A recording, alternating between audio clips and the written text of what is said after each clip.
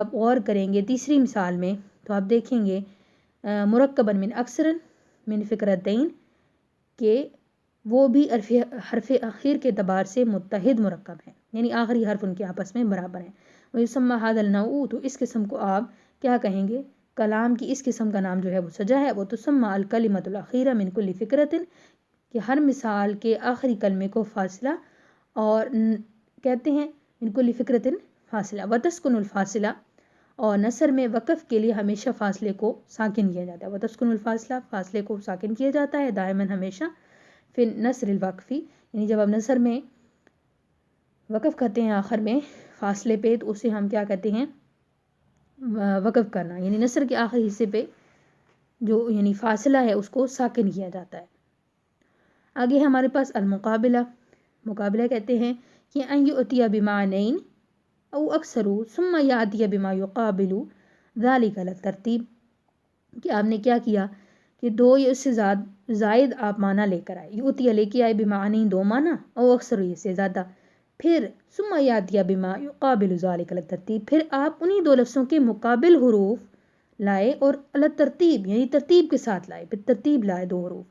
پہلے دو معنی لائے یا دو سے زائد لائے، پھر انہی کے مقابل دو جو ہیں حروف وہ آپ کلام میں لے کے آئے، تو اسے کہتے ہیں مقابلہ. یعنی اسی لفظ کے مقابلے میں دو مزید لفظ ترتیب کے ساتھ لائے. کیسے؟ جیسے ہے قال رسول اللہ صلی اللہ علیہ وسلم للانصار، نبی صلی اللہ علیہ وسلم نے انصار سے فرمایا انکم لتکثرون عند الفزع، کہ تم جنگ کے وقت بہت زیادہ ہوتے ہو، کثرت سے ہوتے ہو. وتقلون عند الطمع، اور تم مال غنیمت کے وقت یعنی جب مال غنیمت تقسیم کیا جاتا ہے تو کم ہوتے ہو. اب اس میں دیکھیں تکثرون پہلے ذکر کیا کہ کم ہوتے ہو، پھر اسی کے مقابل لفظ آگے ذکر کیا تقلون. تکثرون تم زیادہ ہوتے ہو، اور پھر لفظ ذکر کر دیا وتقلون تم کم ہوتے ہو.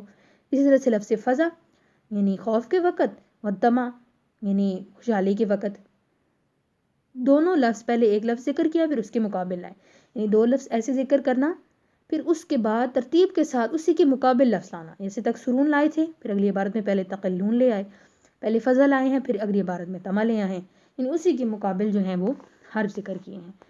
اچھا، اس کی وضاحت دے رہے ہیں کہ ذا تعملت مثال الاول وجدت مثالا یشتمل فی صدره علی معنی، کہ جب آپ پہلی مثال پر غور کریں گے تو آپ پائیں گے کہ مثال کے صدر میں دو معنی ہے، یعنی مثال کے اندر علی معنین دو معنی ہیں جیسے میں نے بتایا تکثرون اور تقلون. ویشتمل فی اجزہ، اور اس کے آخر میں بھی بالترتیب دو متقابل معنی ہیں. ویشتمل فی اجزہ علی ما یقابل المعنین علی الترتیب، یعنی یقلون اور پھر تکثرون اور یقلون، طمع اور فزع، یعنی ترتیب کے ساتھ پھر آپ اس کے مقابل لفظ لائے. وفی مثال الاول، اور پہلی مثال کے اندر بین النبی نبی صلی اللہ علیہ وسلم نے بیان کی ہیں صفتین دو صفتیں من صفات الانصاری، انصار کی صفات میں سے، فی صدر الکلام کلام کے صدر میں، وہما الکثرۃ والفزع یعنی کثرت اور فزع کا ذکر کیا. پھر آخر کلام میں اسی کے مقابل حروف اور ترتیب کے ساتھ یعنی قلت اور طمع کلام کے اندر لائے، تو اسے کہتے ہیں مقابلہ.